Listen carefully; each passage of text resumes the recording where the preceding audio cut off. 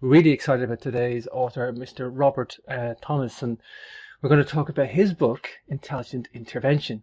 Robert Stephen Thomas, as I said, is the author. And Intelligent Intervention is just a wonderful written, great reviews as well.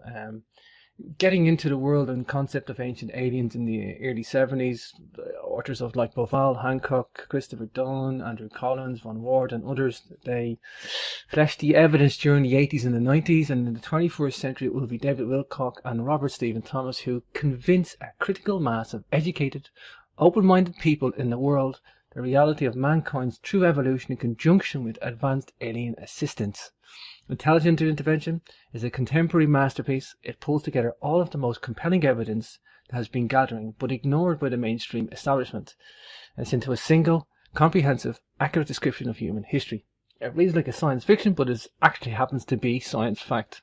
After you complete this description of human history, it reads this book, your understanding of history will never be the same.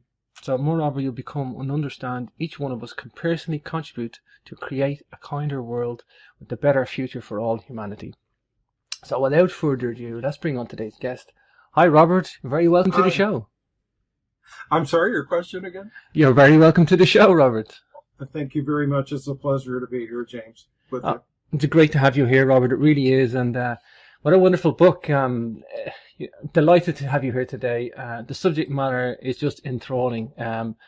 God, where do I start? Maybe megalithic sites, I think, is probably my safe terrain for me as my own research. But there's such a wide spectrum of evidence, Robert. I think megalithic stuff, a lot of people concentrate on that because it's the safe zone.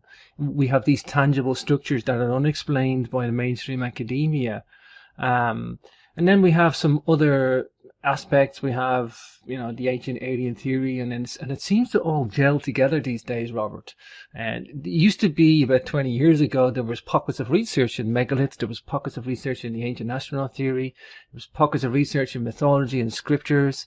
It seems to be now, Robert, this whole hodgepodge of evidence and fractured and complex fragmented evidence is now gelling and weaving together in the most beautiful manner. I guess before we go into that, Robert, tell me your route into this. Tell me how you get enthralled in this wonderful, exciting mystery. Well, that's pretty easy to answer. As a young man in 1970, I read Erich von Daniken's Chariots of the Gods, and it literally blew me away. The book profoundly changed the way I view everything that I would come to read after that. And ever since that day, I've engaged in. I'm sorry? No, sure. You keep going. I'm not speaking, Robert. Go on. Okay, good. Ever since that day, I've engaged in reading nonfiction primarily, and just went wherever the path would lead. And it's taken me through many disciplines, not only things like archaeology and the old archaeological sites like Pumapunku and Baalbek and the pyramids, but religious writing, of course, the ancient writing, Sumerian writing. But also we're finding many things now as a result of DNA research and other more modern sciences. As I said, in DNA research and chemistry, biochemistry, and we're finding quantum physics is another area that we're beginning to see how many of these areas in these different disciplines in science and new discoveries in each of them are beginning to come back and tie together with the ancient alien concept. And as we move ahead with more and more discoveries, it becomes more and more obvious to the person with an open mind who will view these facts and look at them openly. And that's what got me going, and Erich von Daniken, and I've come a long way since then. I've read just about everybody that's ever written on the subject. I've got a library of almost 2,000 books, and all of that nonfiction, probably everybody you can think of, including Graham Hancock and Erich von Daniken, and on and on and on. Wow, Robert, I thought I was obsessive with my 1,000+ books, but it's an addictive, enthralling, exciting exploration of our true history, and like you say, each one of these authors that we're talking about seem to have carved a niche in a certain part of this paradigm. And there's so, like I said, there's so many aspects. I'm glad you mentioned the Sumerians. Let's talk about that first. This is kind of the really tip of the iceberg. This compelling story that the Sumerians left us of the Anunnaki. Let's focus on this. What's your take on the Sumerian Anunnaki legacy that we have been left? Do you have a refined version? Some people have slightly different versions of what they think happened, but tell me what your prerogative is on it, Robert, first of all. Certainly, I accept Zechariah Sitchin's interpretation. I believe he's the master and probably came closest. He's one of, passed away a couple, 3 years ago, but a remarkable scientist. And he was one of the few people who learned to read cuneiform, ancient cuneiform. And so when many of the discoveries of the clay tablets that were the oldest known writing came to light back in the early, mid-20th century, 1930s, 40s, 50s, he was one of the first people who first got an opportunity to interpret them into English and then eventually into French and German and other languages. And the story that they tell is absolutely remarkable about the Anunnaki, who were a group of individuals, or aliens that had come from another part of the universe. Now, of course, Sitchin felt that they came from what was called the 12th planet. He believed that our sun and our solar system has a 12th planet that has an odd orbit, which very large elliptical orbit that goes well beyond what we can see. Mm-hmm. Now, I take one small difference with him. I believe that the planet he's referring to isn't a real planet, but that what the Anunnaki arrived here to do their investigation and research on Earth is an artificial planet. And I believe that makes more sense, more logic in terms of modern astronomy and what we know about the shape and size of our solar system, planet formation, Bode's law, and a number of things that have to do with the orbits of planets. But with that exception, in terms of the interpretation of what Sitchin had to say, I think most people are pretty much compelled to read it the same way. It's the understanding that is where the difference comes. What it says is very clear. Sitchin, of course, said that it was factual, that the Anunnaki were an alien race that did come here to look for valuable minerals and at some point discovered our pre-human ancestors and later manipulated the genetics in them to help assist in their work here on Earth, and that the most modern people today are a result of a mixture of Anunnaki genes, or I would say Homo sapiens sapiens, all the modern people of the world are a mixture of Anunnaki genetics and the oldest human form prior to that, which was Homo sapien.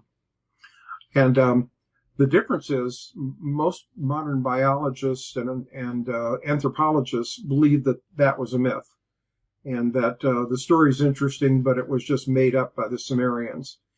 The problem with that is when you begin researching, as I did in my book, and pointing out the differences, there are so many things that the ancient Sumerian tablets referred to that can, as an example, they knew about the asteroid belt between Mars and Jupiter. And that can't be seen without a telescope. So how is it possible that the Sumerians of 5,000-6,000 years ago knew that there was an asteroid belt there when it can't be seen? And there are bits of information in the old Sumerian texts that simply cannot be explained unless you have a very advanced scientific knowledge of a number of things. As an example, in addition to the planet that they came, artificial planet, the Anunnaki arrived on, they claimed that we had 11 other major heavenly bodies in the solar system. And when you look at it, that's exactly what we have. When you add the sun and the Earth and Venus and Jupiter and Mars and Uranus and all the known planets, it happens to come up to 11. The 12th planet, of course, being the one that they arrived on.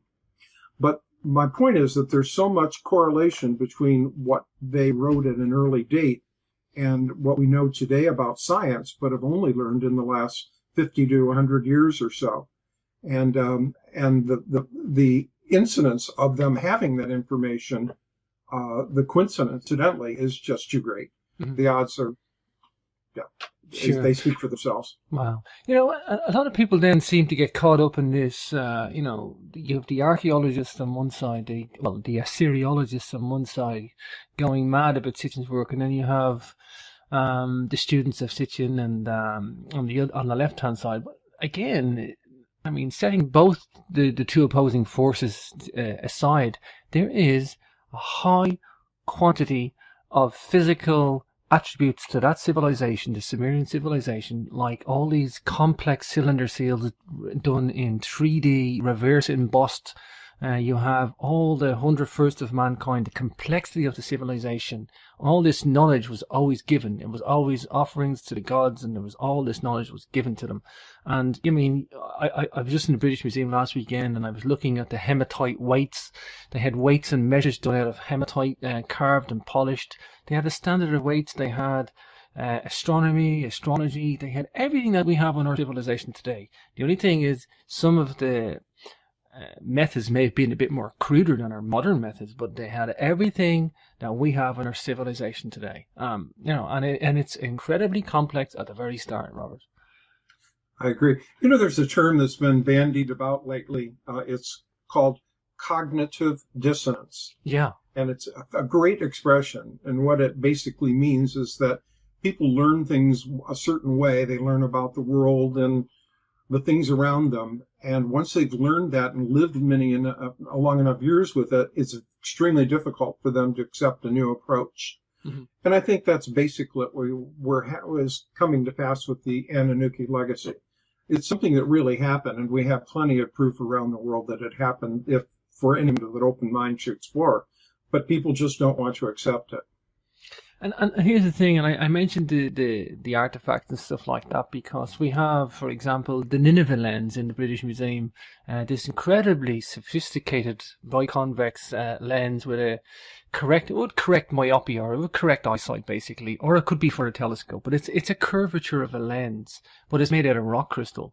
And this rock crystal, it needs to be cut or carved with either rock crystal or diamond. It's a 9 out of 10 on the Mohs scale. Now, to polish something with a curvature like that, you would need something like a donut-shaped tool, a toroidal tool, which then makes that tool, that rock crystal tool, more complex than the shape that you're making. And then I was fascinated. They have a new cylinder seals out. There's a rock crystal cylinder seal. Now, how did they carve a cylindrical cylinder seal and drill a hole down through the center of it? And then carve it with an image when you need something like diamond to cut this stuff. Now, there are other softer stones, and everybody looks, well, they carved this on a machine or they carved it by hand, and they all concentrate on the calcites of the very, very soft stones. But I'm sorry, there's diorites and granites, and there's other complex hard stones, hematites, cylinder seals as well, and then the rock crystal one. Tell me I always say to people, tell me how you did the most difficult one first, or tell me how you moved the heaviest block first, and then I'll listen to all the other stuff. But it doesn't seem to be that approach, Robert. I think this is one of the major faults in mainstream academia. Not to bash the academics on the head, we need them too. But they seem to explain away the simple stuff first, and then attribute that to the rest of the artifacts or methods or methodology. And I don't get that as a logical, technical, scientist, engineering guy. I'm like, well, no, you do it the other way. You do it the other way first, and then that explains everything. James, I agree completely. In fact, I think that mainstream science today, I think the Achilles heel, the problem with their theory that there was no advanced engineering capability ever put to practice by the Anunnaki or superior intelligence at earlier time in history. The fact they won't accept that, as you said, there are these things like the lenses and the hardness of stone, but the best way to turn that argument around and take something like Baalbek, the stones of Baalbek, the newest one understand they've just uncovered a newest one that's half carved that's over 1,600 tons. Wow. You're looking at 4 million pounds, 5 million pounds, something like that. 1,600 tons, Robert. But my point is that Wow. what I would challenge modern science, and I do in my book, is some tests that can be easily put to practice. And it's very simpler. And that would be to take a stone like the Stone of the South near Baalbek, or one of the H blocks at Pumapunku in Bolivia, and simply get an archaeological team for a modern university, wouldn't matter where it's from, and send them to Bolivia or Lebanon and have them recreate one of those stones by themselves without using modern tools. If they could do it with stones and sticks and stones and mules and horses and hemp and wood levers, let them have at it and do it. And my point is that any reasonable engineer will admit that that can't be done. Mm-hmm. So if you can't reproduce things that we can go and touch and see today, any human on the planet that has the means to travel to Lebanon to the Bekaa Valley and look at the stones that the platform is made of, or go to Bolivia, to Pumapunku, to Huánuco, and look at the stones that are carved there and see the intricacy and the weight and the size, and then challenge science to reproduce that, it's utterly laughable, really. Just for the audience, Robert, 1,600 tons is the same as 3,200 family-sized cars. Yeah. That's incredible. Think about it logistically. How do you move something like that without giant power tools and hydraulics? Mm. It can't be logistically. You can't get enough hands or around a stone or people to lift and move that. It would require tens of thousands of people to move that volume of weight. How do you get tens of thousands of people on a stone, around a stone that has a finite size? I think they're about 80 feet by 14 feet by 16 feet or so. Mm-hmm. It can't be done. So if you can't use people to move it and you can't use beasts of burden, what do you do? Sure. I often draw people's attention when they ask me about Egypt, and they know I'm an engineer, and they say, okay, give me your engineering. How did they do it? And I go, forget about all of this stuff for the moment. Focus on this. And I said, there's a stone in the Sphinx Valley Temple, Robert, and it's 200 tons, but it's in a tight corner. Now, we can get a 200-ton stone up and down off the ground by surrounding it by cranes, and it's the same as whether you put people around it or cranes around it. So we can lift a 200-ton crane up and down vertically, but we cannot put it into a tight corner because the crane would be in the way. The crane would be in the corner. We wouldn't be able to put it in a tight corner. And we have that in the Sphinx Valley Temple. And when I look around at this stuff as an engineer, this is what gets me, Robert. In a way, my earlier years, going up in the 90s, Robert, I kept my engineering and scientific role in work and exploration of this stuff from Giza. I mean, engineers flock to Egypt to look at the pyramids. It's an engineering marvel, of course it is. But I always kept this separate. And it's only really in the last 8 years, I guess, Robert, it's fusing at a very fast rate, because an intelligent intervention theory is the only result that I can give you now. I mean, I look at this engineering stuff and I go, okay, I kept this engineering mystery stuff on one side, and I also kept this research into ufology or ancient aliens on another side. I explored both of them, but I always kept them separate. I sanitized them for a reason, because I wanted to be just and right in my research and what I've been doing. But inevitably, both of those lines of research and both of those roads are going to head to the same place, whether you like it or not. And that was just my path in my research. I wasn't afraid to research both subjects, but inevitably, I mean, the ancient alien or ancient astronaut hypothesis, this intelligent intervention, like you call it in the book, Robert, it's the only solution. It really is. Well, I wrote the book after 40 years of research and reading, as I said, everything I could get my hands on the subject and more. But I limited the book to about 8 or 10 examples of artifacts and things that today we can find and the average person can go review and look at and see even on the internet for themselves. And I limited it to this. Now, there are many more. Here in the United States, we have a program called Ancient Aliens. Sure. That's done very well on television. And I don't. Do you in Ireland? Do you get? Oh, I do. I've had about 50 cast members on the show, Robert. Oh, okay, Yeah, great. yeah. Well, then you know the show, and I Sure. love the show. But they do on many of the episodes provide a lot of evidence. It's kind of iffy. I talked to Eric von Daniken. I did a radio program with him about a year ago, Hmm. and one of the things we discussed were these very things, the OOPArts, Oh, yeah. the out of place artifacts that, like these stones that can't be made today with, or couldn't be made without modern engineering. And but I asked Eric what he felt was, in his mind, the strongest evidence of ancient aliens.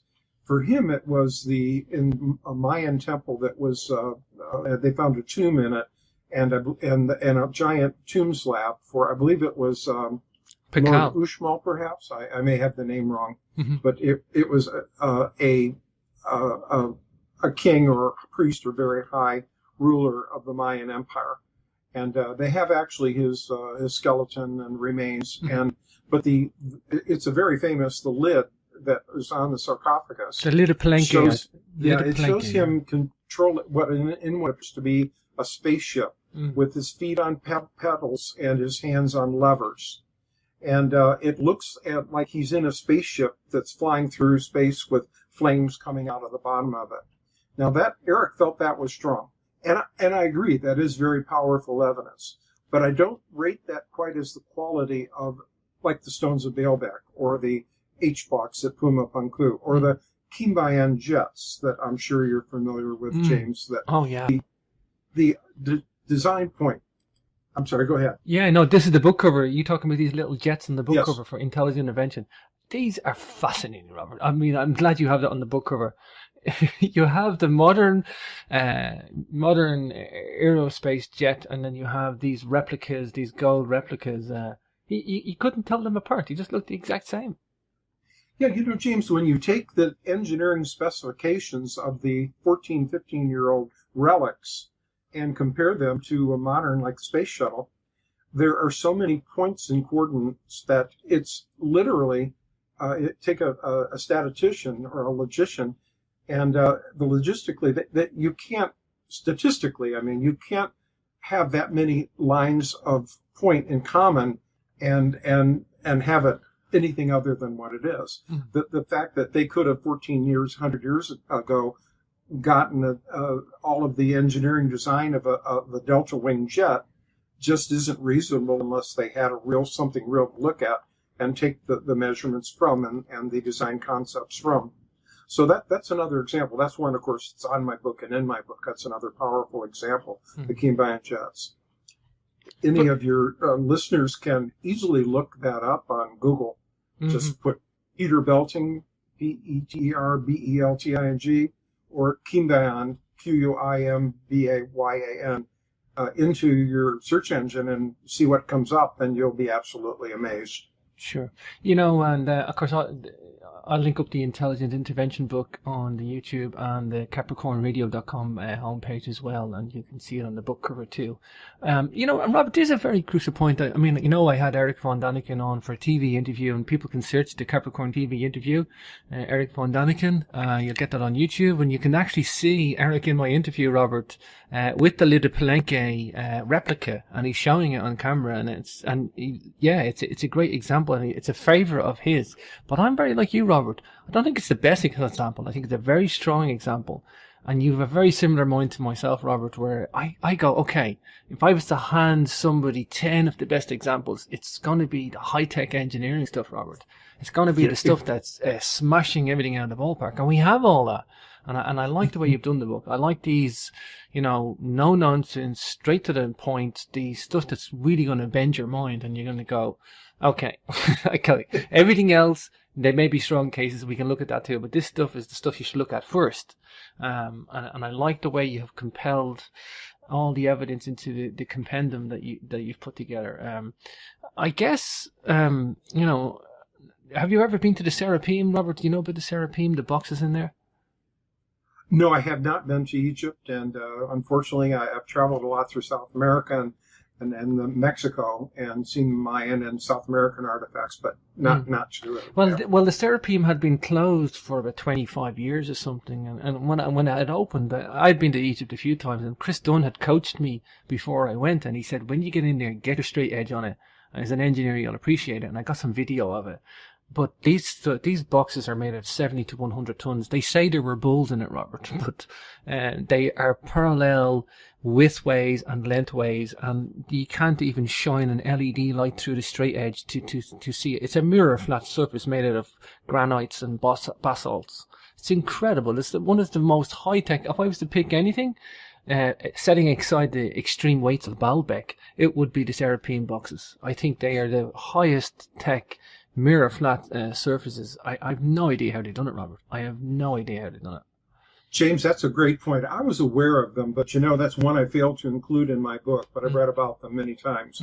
But I agree with you. That could be one that is the requires the highest test of engineering to try to reproduce those things today without modern tooling and engineering and laser and things of that sort. I don't know how it could be done. Those are remarkable artifacts. I think Chris Dunn said to within 1,000th of an inch flat. It's incredible. I admire Chris Dunn's work. He's done, with all of the things that he's done, finding the arc, the saw cuts in the stones in the Giza plateau. He's brought and he's the stuff that he's one of the people that deals with the reality of it, as I said, not the hypothetical things. Great engineering mind. Great engineering mind, Chris Dunn. For me, I would say he's my favorite researcher out there. Out of everybody, if I had to pick one of the researchers, it would be him. Obviously, I'm biased. I'm an engineer. Well, are you familiar with Thomas Brophy, Dr. Thomas Brophy? Thomas Brophy, I am, and I read Thomas's book. You know what? I should have had Thomas on the show because he did the Nabta Playa stone circle, right, which I actually had intended to get Thomas on the show. I should follow that up. Incredible guy as well. Yeah, I mean, Thomas is a very, very prolific scientist as well as an alternative researcher. But yeah, that Nabta Playa again, I think that's speaking volumes too, Robert. Yeah, yes, Brophy is peer-reviewed many projects, for Science Magazine and a number of the leading publications. And so he's a brilliant man, but his area of research in Nabta Playa that's another one that I've included because there again you have things that he showed that you can go see today that literally boggle a human mind. As an example, the work that he's done implies that someone about 16,000 years ago understood the speed of light, redshift and blue shift, knew how far away from the solar system and our sun the stars of Orion were, and other information that is there in those what am I trying to say, James? The archaeological remains at Nabta Playa. And I find it sad that in some of his recent books, one that he did with Robert Balville, to find that the government of Egypt is tearing that site down and taking a lot of the keystones and main information, large stones, marker stones, and removing them from Nabta Playa. And that breaks my heart to hear that they're doing that, and it's such a archaeologically important site for World Heritage. Yeah, it's a very, very sad state of affairs what's happened to Nabta Playa. It's great that it has actually been recorded with documentaries and footage. At least we have that in the archive. Yeah, incredible. I think personally that the Sumerian, with their number system, when you talk extra things, let's step outside the megaliths for a moment, and the constructions and the monuments. You have stuff like the speed of light being encoded, and you have these really deep scientific concepts. Look at all the numbers and the math that's encoded into the Great Pyramid too. You could probably just do a show on pyramid math yourself, but definitely with Fibonacci ratios and the golden mean and all that. This is showing sophisticated mathematics. For me, I personally think that the Sumerian, with their number system, the sexadecimal number system with the base 60, it's so suited to our planet with respect to the precessional cycle and time cycles. you look at all the ancient monuments, they all encompass this 360 degrees or this hexadecimal system somehow. The precessional cycle that is natural to our planet and our system, whether it's a solar system or the moon and the earth, we're not entirely sure, but it breaks down with a hexadecimal system. The hexadecimal system applies to so many things here on earth, the musical scale, everything. It's all wrapped up in the hexadecimal. There isn't a number system you could have picked better to suit our planet. And I think that's perhaps why the Sumerian number system was used. Very few people tackle that. Yes, they use it and they mention it, but they don't understand the reason. And when you look at music, geometry, and the precessional cycle, it's all linked, Robert. It's all linked, and it's all down to the hexadecimal system. Personally, I think that's why the Sumerians chose it. I agree with you. Well, I don't think Einstein could have come up with this theory of relativity without the mathematics that underlie it, which fundamentally are the Sumerian numbering system. So it's led us to the modern sciences, to quantum physics as well. Oh, sure. Let's go back to Puma Punku for a second. These drill holes, Robert, this is the bit that gets me. You take all these H blocks at Puma Punku, incredible. And I know Chris Dunn actually had replicas made of them and machined and all. But there's drill holes in there, Robert. I mean, what is going on with the drill holes? Archaeologists, I'm sorry, can you guys just, I feel like shaking them sometimes, Robert, and just going, hey, look at the drill holes. There's a good test exactly to get as I said, an archaeology class from a major university and have them do a summer sabbatical at Puma Punku, as I said before, and just try to duplicate one of those drill holes by hand. Invite the engineering class as well and see if they can do it with primitive tools. It's so fundamental, it's so obvious that it can't be done. They couldn't do it in a 3-month semester, or probably even a number of years. Especially to the degree of precision that those holes are cut. And so we have so many tests like that, don't we, James, around the world that prove that these things are true. We just need to, and as you said at the beginning of the show, I do think a larger and larger percentage of the people of the world are beginning to open their eyes to these things and see them in a different light. And I hope that isn't wishful thinking, but I think that we're beginning to see it. Sure. The drill holes are perpendicular to the surface, and they're also equidistantly parallel from each other. They're in a parallel groove, and they're equidistant, the same. It's like they're being perforated perpendicular into a groove, equidistant. It's just machining to me. It's just the most obvious example of machining, and I just don't know how other people don't see that. Exactly. And again, it brings the question, what were they used for? God, if only we had more people focusing, in the engineering and archaeological community, focusing their attention on sites like Puma Punku. I think that there's a great deal that the world would stand to benefit and gain from if we would take the time and focus some of our best minds on these problems and have them coming from a new light and a new direction. That's why I love books like this, Intelligent Intervention, because the way the data is presented, Robert, it's done in a way that it's going to attract the very serious students and the engineering and the scientific logical rationales, because it's tackling all the evidence first, because that makes you accept it quicker, easier, and then you don't wrestle with the idea. Whereas if you take on some of the iffy data, well, then of course you're going to be questioning stuff and you're not really sure about what you're doing. But if you take on the non-negotiable data, like I call it, Robert, and I think there's several lines of inquiries: mythology, scriptures, monuments, and then scientific principles encoded and stuff as well. There's so many different lines of evidence. Let's switch gear. Let's go into Darwin for a moment, Robert. I mean, when Darwinism was born, I mean, it was a very, very different time on our planet, Robert.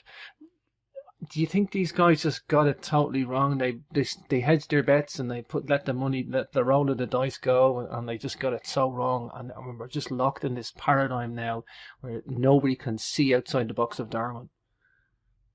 Well, Darwinism is a good point. There are two essential problems with Darwinism that any reasonable person including Richard Dawkins must concede, and he has, in fact.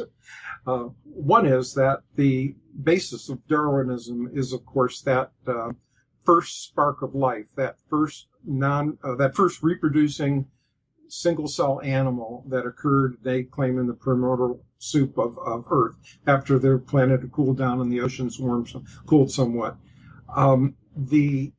When we look at that first cell that was supposed that Darwinism is based on occurring randomly through nature, the odds of that logistically are just absolutely impossible. If you got a statistician to run some serious math on it and figure out the possibilities of those things all occurring, all that had to occur at one time to create a self-reproducing cell, it would literally, I don't think you have a computer that could contain enough zeros that would follow the one in, one to the gazillion. We don't even have words that would, other than infinity, that approach that length. Mm-hmm. And what I mean by that is very simple. If you take a one-cell animal, you understand, we can see it, we can do a simple internet search and see pictures of what they look like. But what we see are just basically a kind of a little gob of gray goo with maybe a small hair or something sticking out of it, or a little tail. And people look at that and maybe it's conceivable. But what they don't understand is that how complicated that thing truly is if we had microscopes that could get small enough to see actually how it was comprised. A one-cell animal is more than just a gray goo.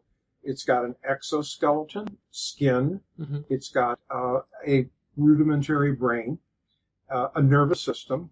It has a system for taking in, ingesting foods and converting them into energy, a method of creating movement so that it can move around and about. Mm-hmm.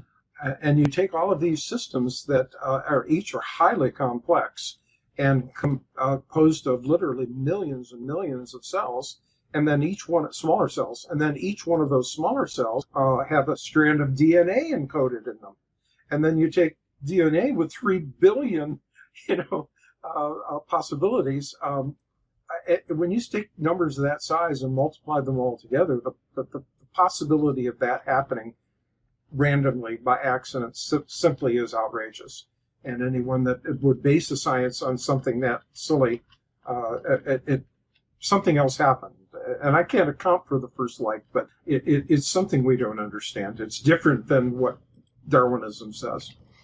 Yeah, for sure. Let's talk to Enuma Elish for the moment, because we have these sacred texts as well. I want to give some time to this as well, Robert.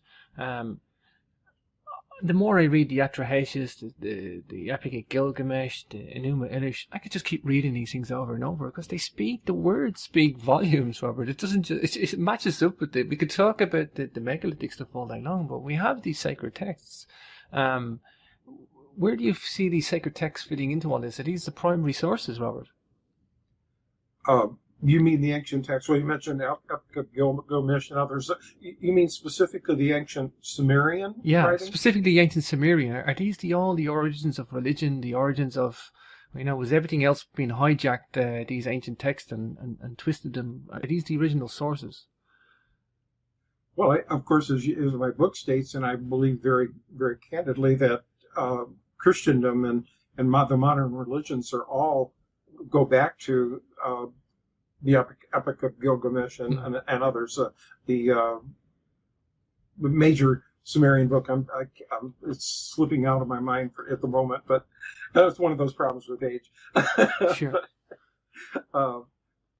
These ancient books, I think, were actually the source for modern day religion, each of them. And I spent my longest chapter in the book was showing how each religion evolved out of ones that were older and before it, and the root of all of those things were Sumerian writings and understanding. Yeah. How do you fit on the giant scenario, Robert? Do you look at the evidence of giants and say that, okay, the Anunnaki were giants, as were the people in the Bible, Genesis 6. You have then... there's a lot of conspiracies with these ancient giants that were in America and covered up by the Smithsonian. There you step away from the conspiratorial angle, but there's something to this giant mythology. It's all around the world. It's just rampant. That's one of the subjects, James, that I kind of stay a little bit apprehensive about. Not because I don't believe it's possible, especially David and Goliath. Some accounts like that seem so real, but I'd really like to see hard evidence. I know I read there've been a couple of recent books written in the last year or two about giants, and apparently our Smithsonian Institute here in the United States has skeletons of the buried away of giants that came from the late 19th century here that were dug up here in the United States, and that may be true, but I'd really like to see them actual, or someone introduce the theory of fact and see photographs of them and have them established by modern science. I don't discount them, but personally what I've tended to do myself is that I know that in the ancient languages that the word giant had different meanings. It meant large. And in addition to meant large, it could have meant just important people. Sure. As an example, the Anunnaki being giants may have meant that they were simply very intelligent people that were big in ways other than not just size. They may have been 6 foot, 7 foot.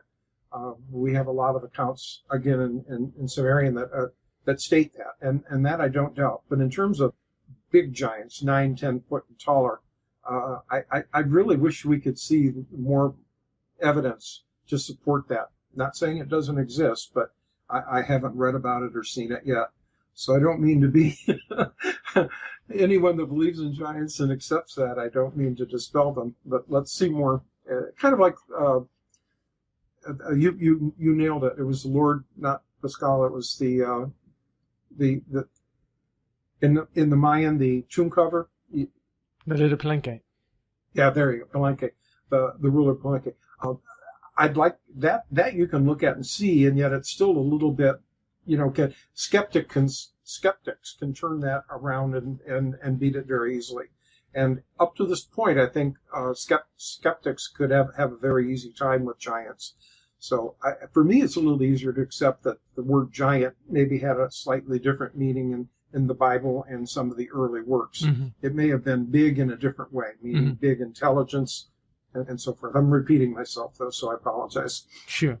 No, it's fine.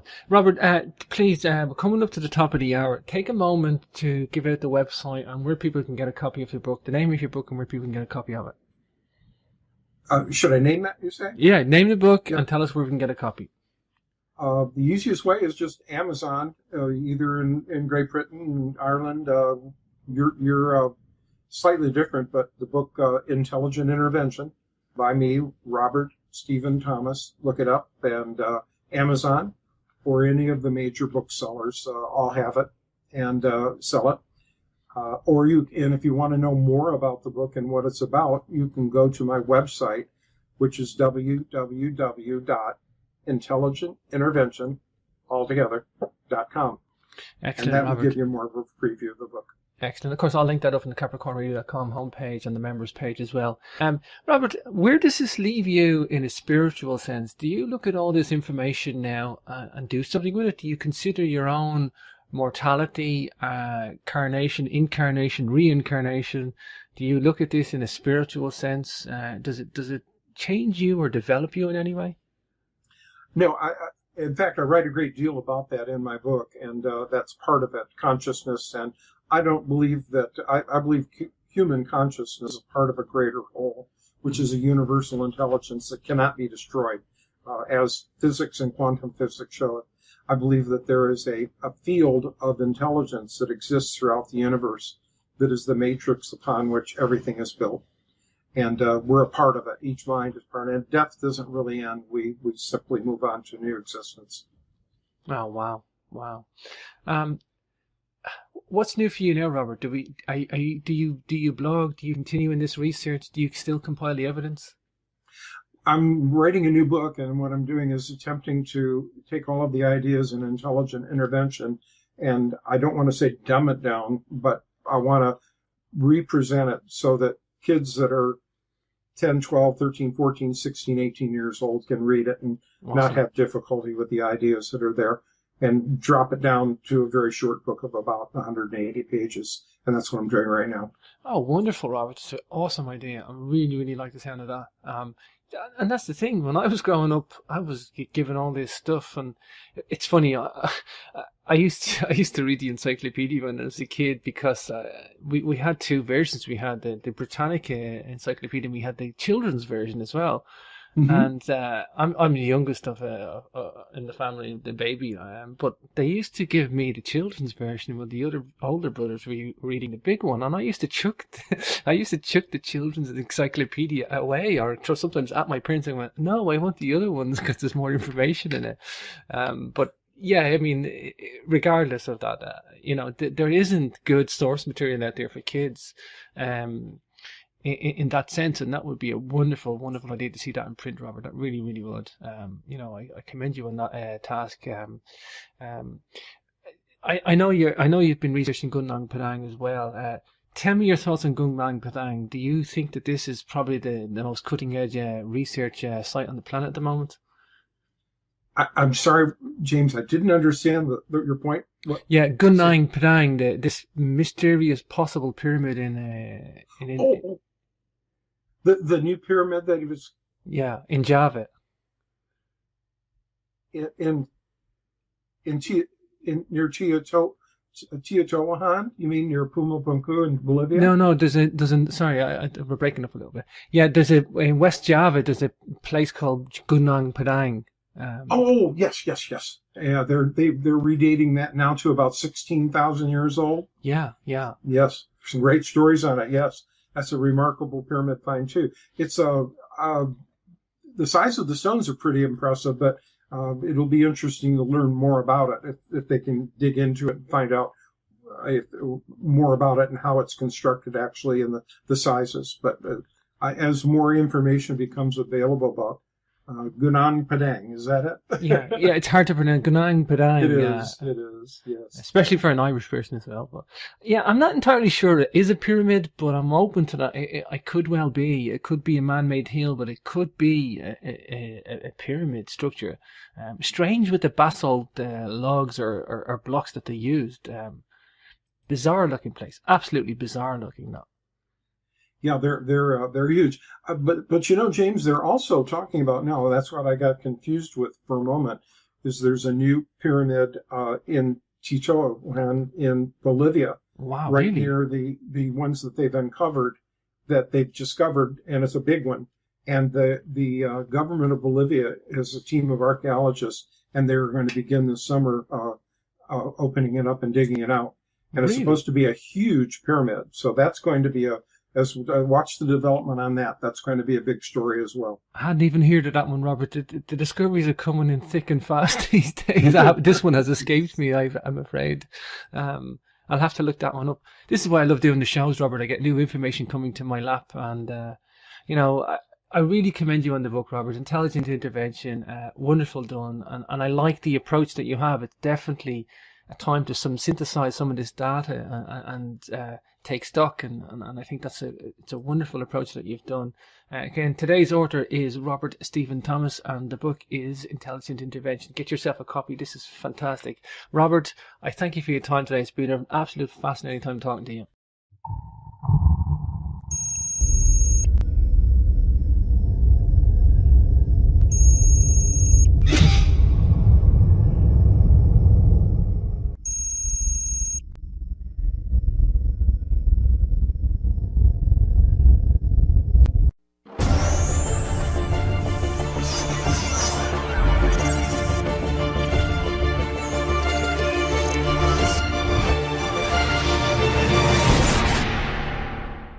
Really excited about today's author, Mr. Robert Thomas, and we're going to talk about his book, Intelligent Intervention. Robert Stephen Thomas, as I said, is the author, and Intelligent Intervention is just a wonderful, wonderful written, great reviews as well. Getting into the world and concept of ancient aliens in the early 70s, authors of like Boval, Hancock, Christopher Dunn, Andrew Collins, Von Ward and others, they fleshed the evidence during the 80s and the 90s, and in the 21st century it will be David Wilcock and Robert Stephen Thomas who convince a critical mass of educated, open-minded people in the world, the reality of mankind's true evolution in conjunction with advanced alien assistance. Intelligent Intervention is a contemporary masterpiece. It pulls together all of the most compelling evidence that has been gathering but ignored by the mainstream establishment.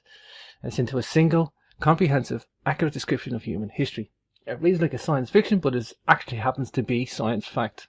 After you complete this description of human history, it reads this book, your understanding of history will never be the same. So moreover, you'll become and understand each one of us can personally contribute to create a kinder world with a better future for all humanity. So without further ado, let's bring on today's guest. Hi, Robert. Very welcome to the show. I'm sorry, your question again? You're very...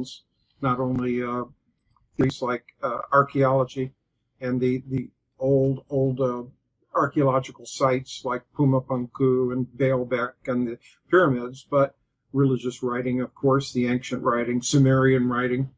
But also we're finding many things now as a result of DNA research and other more modern sciences. As I said, in DNA research and chemistry, biochemistry, and we're finding quantum physics is another area that we're beginning to see how many of these areas in these different disciplines in science and new discoveries in each of them are beginning to come back and tie together with the ancient alien concept. And as we move ahead with more and more discoveries, it becomes more and more obvious to the person with an open mind who will view these facts and look at them openly. And that's what got me going. And Eric von Daniken, and I've come a long way since then. I've read just about everybody that's ever written on the subject. I've got a library of almost 2,000 books, and all of that nonfiction, probably everybody you can think of, including Graham Hancock and Eric von Daniken, and on and on and on. Wow, Robert, I thought I was obsessive with my 1,000+ books, but it's an addictive, enthralling, exciting exploration of our true history. And like you say, each one of these authors that we're talking about seem to have carved a niche in a certain part of this paradigm.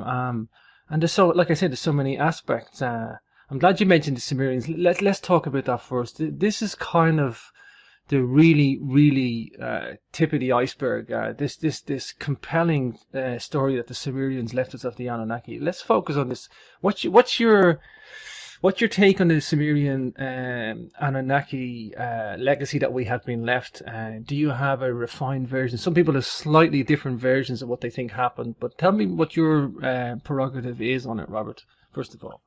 Certainly, I accept Zechariah Sitchin's interpretation. I believe he's the master and probably came closest. He's passed away a 3 years ago, but a remarkable scientist. And he was one of the few people who learned to read cuneiform, ancient cuneiform.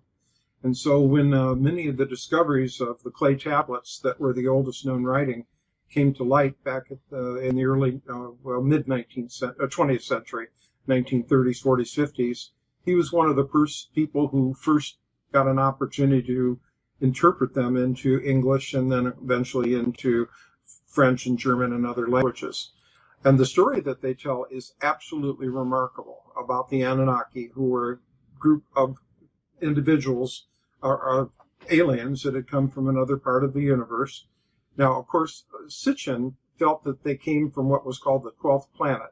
He believed that our sun and our solar system has a 12th planet that has an odd orbit, which very large elliptical orbit that goes well beyond what we can see.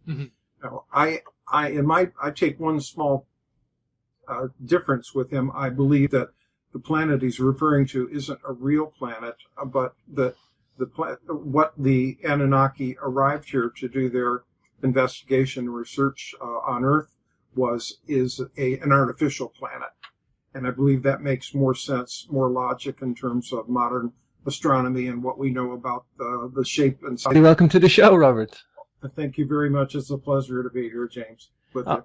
It's great to have you here, Robert. It really is. And what a wonderful book. Delighted to have you here today. The subject matter is just enthralling. God, where do I start? Maybe megalithic sites. I think is probably my safe terrain for me as my own research. But um, there's such a wide spectrum of evidence, Robert. I think megalithic stuff. A lot of people concentrate on that because it's the safe zone. We have these tangible structures that are unexplained by the mainstream academia. And then we have some other aspects. We have, the ancient alien theory, and it seems to all gel together these days, Robert. And it used to be about 20 years ago, there was pockets of research in megaliths, there was pockets of research in the ancient astronaut theory, there was pockets of research in mythology and scriptures. It seems to be now, Robert, this whole hodgepodge of evidence and fractured and complex fragmented evidence is now gelling and weaving together in the most beautiful manner. I guess before we go into that, Robert, tell me your route into this. Tell me how you get enthralled in this wonderful, exciting mystery. Well, that's pretty easy to answer. As a young man in 1970, I read Eric von Daniken's Chariots of the Gods, and it literally blew me away. The book profoundly changed the way I view everything that I would come to read after that. And ever since that day, I've engaged in. I'm sorry? No, sure. You keep going. I'm not speaking, Robert. Go on. Okay, good. Ever since that day, I've engaged in reading nonfiction primarily, and just went wherever the path would lead. And it's taken me through many disciplines of our solar system, planet formation, Bode's law, and a number of things that have to do with the orbits of planets. But with that exception, in terms of the interpretation of what Sitchin had to say, I think most people are pretty much compelled to read it the same way. It's the understanding that is where the difference comes. What it says is very clear. Sitchin, of course, said that it was factual, that the Anunnaki were an alien race that did come here to look for valuable minerals, and at some point discovered our pre-human ancestors, and later manipulated the genetics in them to help assist in their work here on Earth, and that the most modern people today are a result of a mixture of Anunnaki genes, or I would say Homo sapiens sapiens, all the modern people of the world are a mixture of Anunnaki genetics and the oldest human form prior to that, which was Homo sapien. And the difference is most modern biologists and anthropologists believe that that was a myth, and that the story is interesting, but it was just made up by the Sumerians. The problem with that is when you begin researching, as I did in my book, and pointing out the differences, there are so many things that the ancient Sumerian tablets referred to that can, as an example, they knew about the asteroid belt between Mars and Jupiter. And that can't be seen without a telescope. So how is it possible that the Sumerians of 5,000 to 6,000 years ago knew that there was an asteroid belt there